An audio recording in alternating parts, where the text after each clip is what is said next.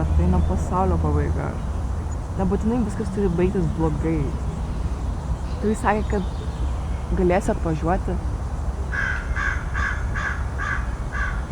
Miglė. Miglė, ar klausais mane? Ar girdi, ką aš tau sakau? Aš kalbėjau, kad kai ateisi pas mane, mes galėsim... Jo, sakei. Aš pas tave atvažiuosiu. Nepyk, tai mūsų paskutinis vakaras kartu. Aš tau 1000 kartų sakiau, kad ne dėl tavęs išpykstu. Ir kad tave čia palik man taip pat sunku kaip ir tau.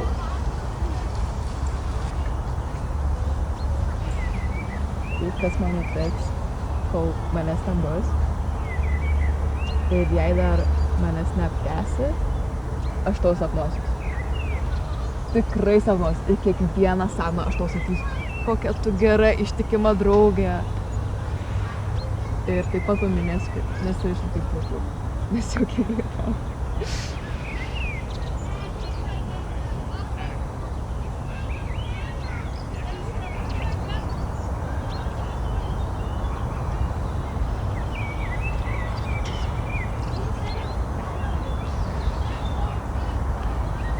Miglė, nereikia čia verkti, viskas bus gerai. Kodėl tiesiog neišvykai?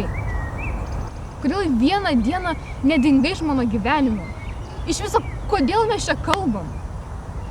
Norėjai nuraminti save, savo sąžinę, kad man viskas gerai ir kad aš tau atleidžiu?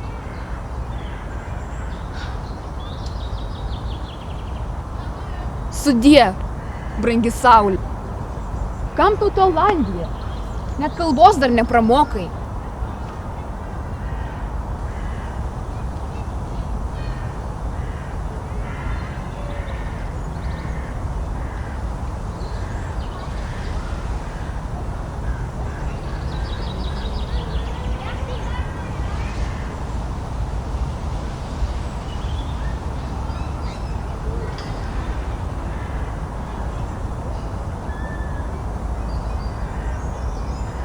Kokia tu nuspėjama. Miglė, aš tavęs niekada nepaviršiu. Niekada.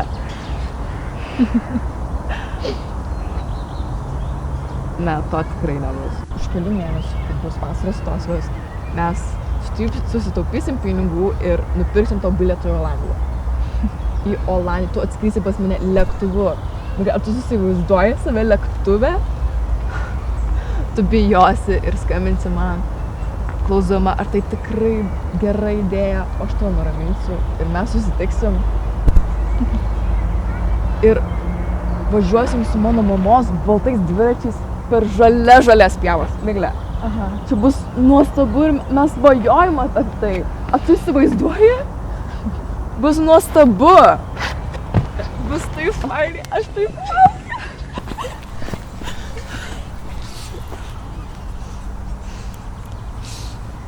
Ciao, braškė. Sutiksim Olandijoje.